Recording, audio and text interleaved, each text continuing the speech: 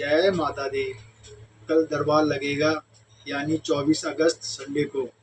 जो भी भक्त दरबार में आ रहे हैं अपने टाइम से आ जाए। दरबार 11 बजे से लेके शाम के 3 बजे तक ही लगेगा। जो भी भक्त मेरी यह वीडियो देख रहे हैं, इस वीडियो को लाइक और सब्सक्राइब करना ना भूलें।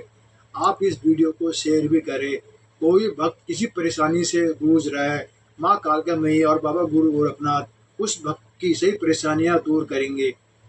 यह दरबार न्यू कौंडली में लगाया जाता है संडे के दिन, नियर मयूर विहार फेज 3।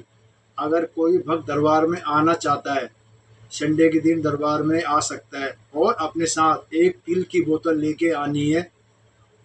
उसका तिल की बोतल की सील खोल के पूरे घर में घुमा के सीधा दरबार में ही लेके आना है, कहीं आपको रुकना नहीं है।